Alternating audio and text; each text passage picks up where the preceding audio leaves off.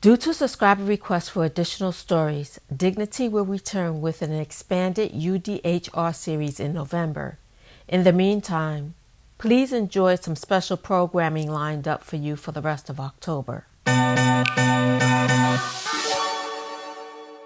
So why was Alexandria Ocasio-Cortez able to defeat a powerful incumbent? As we all say, all politics is local, right? They say Tip O'Neill, all politics is local. When you're running your individual congressional race, it's about what's happening to the people and with the people in your district. And they're concerned with what's happening, in their communities. And I mean, to be honest with you, there was some that said he didn't live in the district anymore. His kids were going to school in Virginia, etc. And then he didn't turn, he sent a surrogate for one of the debates, so he didn't appear at one of the debates. And that kind of made people feel a particular way about his candidacy. And then she had people, knocking on doors, and she was really working the district. And so when you have someone, and I don't live in that district, so this is all, what I'm getting from people and things that I've read, but that he wasn't present in the district. People didn't see him, but they saw her. And so it's almost like, and I'm hearing the same thing over and over again, and I know we're using her name, but it's other people where I hear they're voting for the people they can touch. They're voting for the person that may have knocked on their door when they haven't seen their representative. Some haven't seen them in years.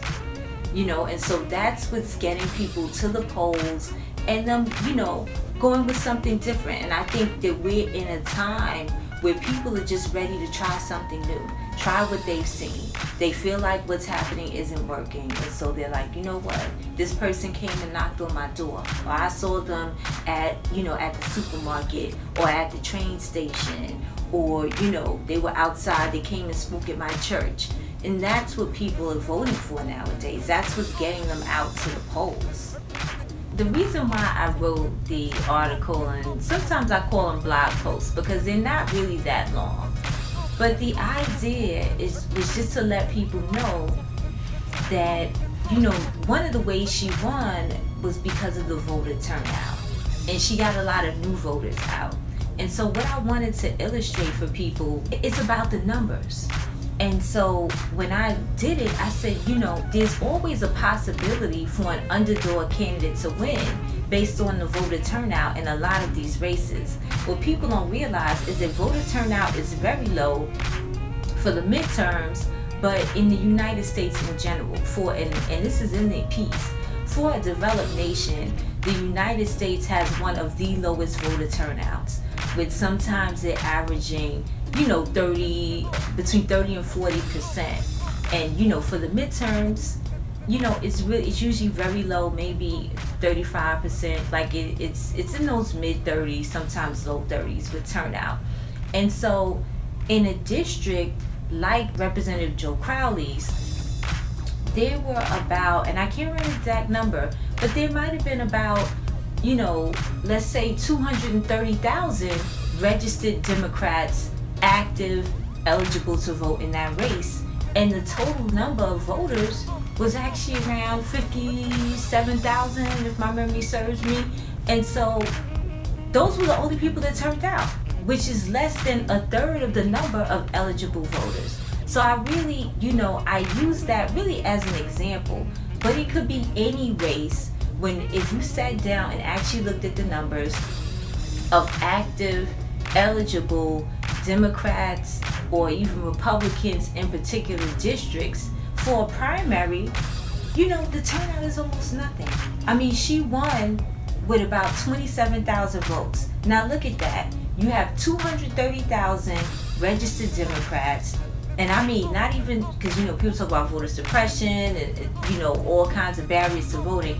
I mean, these are people that can walk up, go to the poll site and vote, to over 230,000. And Alexandria Ocasio-Cortez got around between 27 and 28,000 votes. So look at that number and how that determined who's going to represent the district. What do I mean by that? When I say that there's opportunity for something new and we all vote, you have someone like, Alexandria Ocasio-Cortez, who ran a grassroots campaign. She didn't have nearly the same amount of money that Representative Crowley has, in the bank in terms of, campaign funds.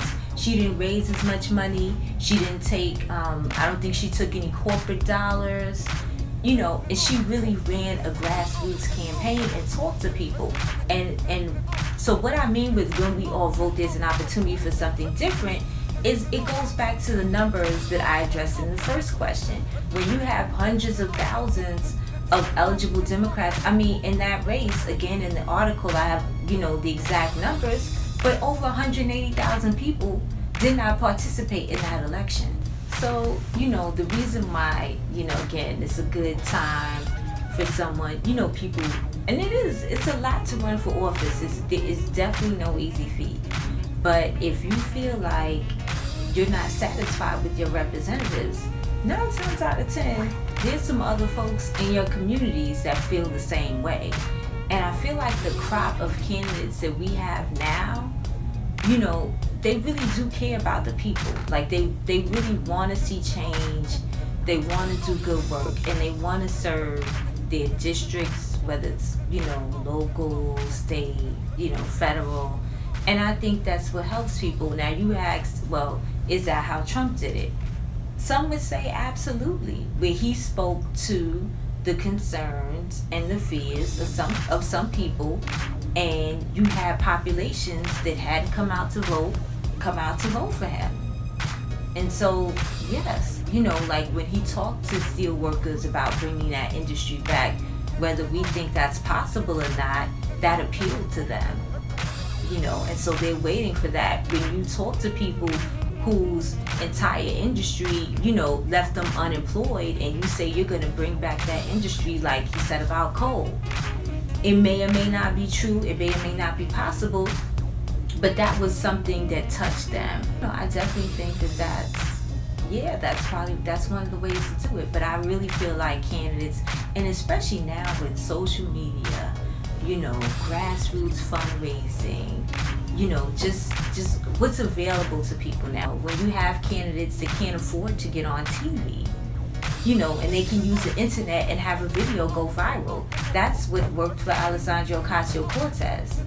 Where you can throw a video up, send it out, email, put it on your Facebook, put it on Instagram, put it on Twitter, instead of spending a lot of money on TV. So those are the tools that are available now that people can take advantage of. There are apps where you can text voters and all sorts of stuff. Always remember that we are the people. I find that, in my networks, on social media, and in conversation, that people, we don't get how to hold our elected officials accountable. And I'm like, it's a two-way street. It's like, we gotta go to them, and they should come to us as well. If we see something that we don't like, we need to step up and say something. If we see something that they're doing well, we should say that to them as well, to let them know, hey, I like that you're doing XYZ for the district, because that also sends a message to keep on doing what you're doing. And then when you're disappointed, they need to hear that too, so that they can change course. Maybe they don't know they need to change course, but if they have 50 people calling their office, and another 25 people tweeting them, and someone on their Facebook page saying something, and then 30 people calling, they're gonna know it's a problem. They're gonna know they need to move, to change position, to figure out a different path. And so I think that's something that we all need to do. The Constitution, I was, reading it during a civic sit-in, and, reading the preamble, it starts with we the people. The founding fathers, though imperfect, they built a republic, for the people, of the people, by the people, So it's the people. And we have to remember that elected officials, they are, in essence, they are representatives, right? Congressmen, they're in the House of Representatives. They represent us. So if they're not doing something that we like, we get to say something about that. And that we should not give that up. We shouldn't say, oh, that's just going to be done, and we're not going to, and you don't say anything. Well, yeah, if the people don't say anything, if the people don't, as my friend said, if we don't shake the table, they're going to be like, well, no one's going to say anything. We can do what we want to do.